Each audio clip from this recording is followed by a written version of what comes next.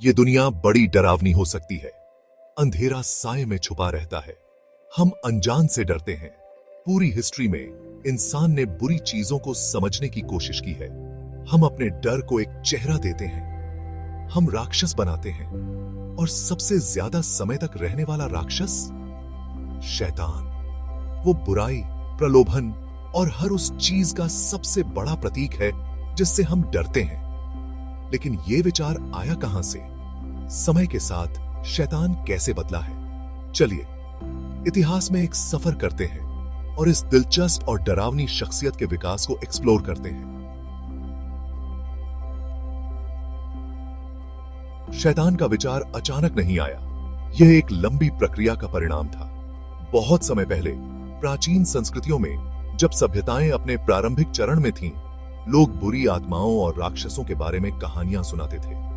ये कहानियां पीढ़ी दर पीढ़ी चली आ रही थी। ये जीव दुर्भाग्य, बीमारी और अराजकता लाते थे। मेसोपोटामिया में पाजुजू था, एक भयानक राक्षस जिसका शरीर मनुष्य का, सिर शेर का और तेज पंजे थे। उसकी उपस्थिति से लोग भयभीत हो जाते थे। वो अकाल और बीमारी लाया। उसकी छाया में लोग अपने जीवन के लिए संघर्ष करते थे। ये शुरुआती मिथक हमें दिखाते हैं कि इंसान हमेशा से ही बुराई की धारणा से जूझता रहा है। यह संघर्ष अनंत है, लेकिन यह प्राचीन फारस में था, जहां सभ्यता ने एक नया मोड़ लिया। ज़ोरोस्ट्रियनवाद के उदय के साथ एक नई धार्मिक विचारधारा का जन्म हुआ कि हम एक महत्वपूर्ण बदलाव देखते हैं। अच्छाई और बुराई के बीच की लड़ाई को एक नए दृष्टिकोण से देखा गया। ज़ोरोस्ट्रियनवाद ने अच्छाई और बुराई के बीच एक कॉस्मिक लड़ाई का विचार पेश किया, जो प्रकाश के देवता अहुरा मज़दा और विनाशकारी आत्मा अंगरा माइन्यू द्वारा दर्शाया गया है। यह विचार कि दो शक्तिशाली ताकतें निरंतर संघर्ष में हैं, लोगों के जीवन और उनके विश्वासों को गहराई से प्रभावित किया। द्वैतवाद की यह अवधारणा दो विरोधी ताकतों के बीच निरंतर संघर्ष की, बाद के धर्मों, जिनमें यहूदी धर्म, ईसाई धर्म और इस्लाम शामिल हैं, को बहुत प्रभावित करेगी। इन धर्मों ने भी अच्छाई और बुराई के बीच की लड़ाई को अपने सिद्धांतों में शामिल किया, जिससे यह विचार और भी व्यापक हो गया।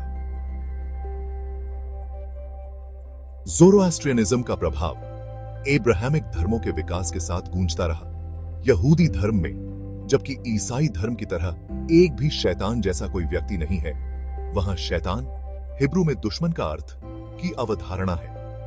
यहूदी धर्म में शैतान एक सर्वशक्तिशाली दुष्ट प्राणी के बजाय एक प्रलोभन देने वाला विश्वास का परीक्षक है। वह भगवान के लिए काम करता है, मानवता की धार्मिकता की परीक्षा करता है। ईसाई धर्म ने शैतान के विचार को और आगे ले जाते हुए उसे शैतान के रूप में विकसित किया, जो बुराई का प्रतीक बन गया। एक गिरा हुआ देवदूत जिसने भगवान के खिलाफ विद्रोह कर दिया और बुराई का अवतार बन गया। यह विद्रोह और पतन शैतान की कहानी का एक महत्वपूर्ण हिस्सा है। शैतान इंसानों को पाप करने के लिए प्रलोभित करता है, उन्हें गलत रास्ते पर ले जाने की कोशिश करता है, उनके पतन और अनंत विनाश की तलाश करता है। यह विनाश और दंड का विचार ईसाई धर्म में गहराई से निहित है। शैतान की यह छवि ईसाई कला, साहित्य और धर्मशास्त्र में प्रमुख है। यह छवि सदियों से लोगों के मन में बसी हुई है। इस्लाम इब्लिस में एक समान व्यक्ति को प्रस्तुत करता है, एक शक्तिशाली जिन्न जो बुराई का प्रतीक है, एक अलौकिक प्राणी जिसने आदम को नमन करने से इनकार कर दिया था। यह इनकार इब्लिस की कहानी का महत्वपूर्ण हिस्सा है। इब्लिस, ईसाई शैतान की तरह, इंसानों को भगवान के रास्ते से भटकने के लिए प्रलोभित करता है। वह उन्हें गलत रास्ते पर ले जाने की कोशिश करता है। हालांकि इस्लाम में इब्लिस की शक्ति सीमित है। वह सर्वशक्तिमान नहीं है।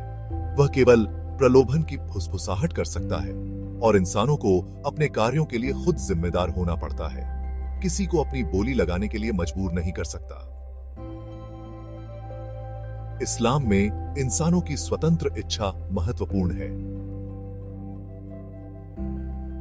भाग 4, अंधेरे के राजकुमार पर विचार, धार्मिक बहसें। शैतान के स्वभाव और भूमिका ने सदियों से धार्मिक बहस को जन्म दिया है।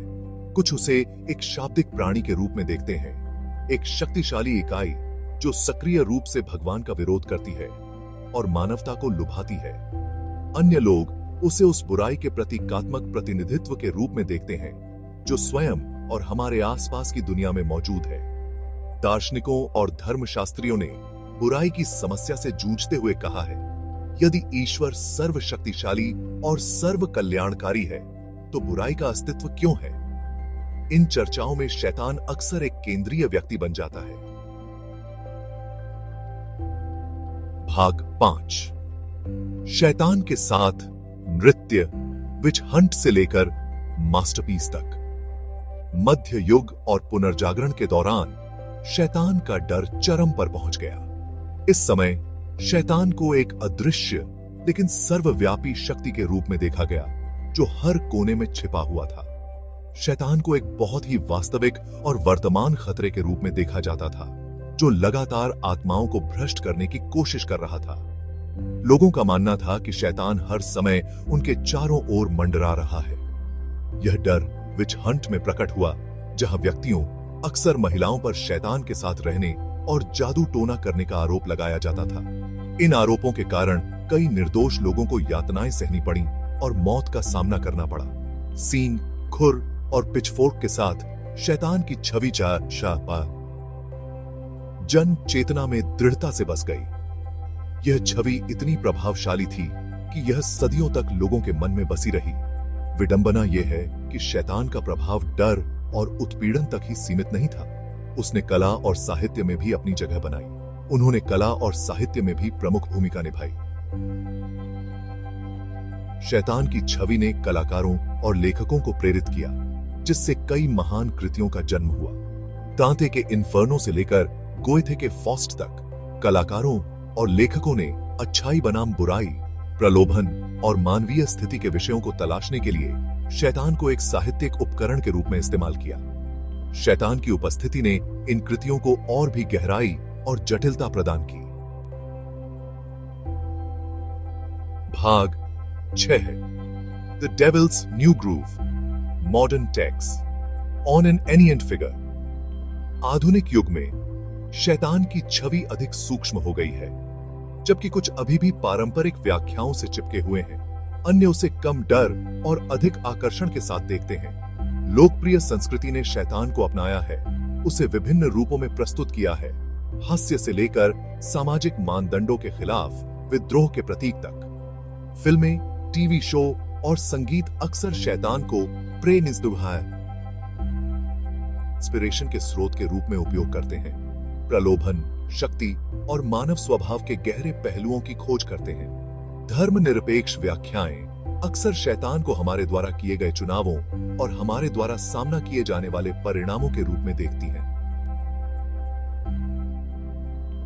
भाग 7। सींग, खुर और पिचफोर्क। शैतान का कॉलिंग कार्ड। शैतान की छवि तुरंत पहचानने योग्य है। सदियों से कुछ प्रतीक उसके पर्यायवाची बन गए हैं। सींग, जो अक्सर मूर्ति पूजक देवताओं के चित्रण से प्रेरित होते हैं, शक्ति और खतरे का प्रतिनिधित्व करते हैं। पिचफोर्क, अंडरवर्ल्ड में पीड़ा से जुड़ा एक उपकरण, सीक, पनिशमेंट और दुख का प्रतीक है। लाल रंग, आग और रक्त से जुड़ा, जुनून, पाप और नरक की आग का प्रतीक है। ये प्रतीक हमारी सामूहिक चेतना में गहराई से बस गए हैं, जो तुरंत शैतान की छवियों और उसके द्वारा दर्शाए गए डर को दर्शाते हैं।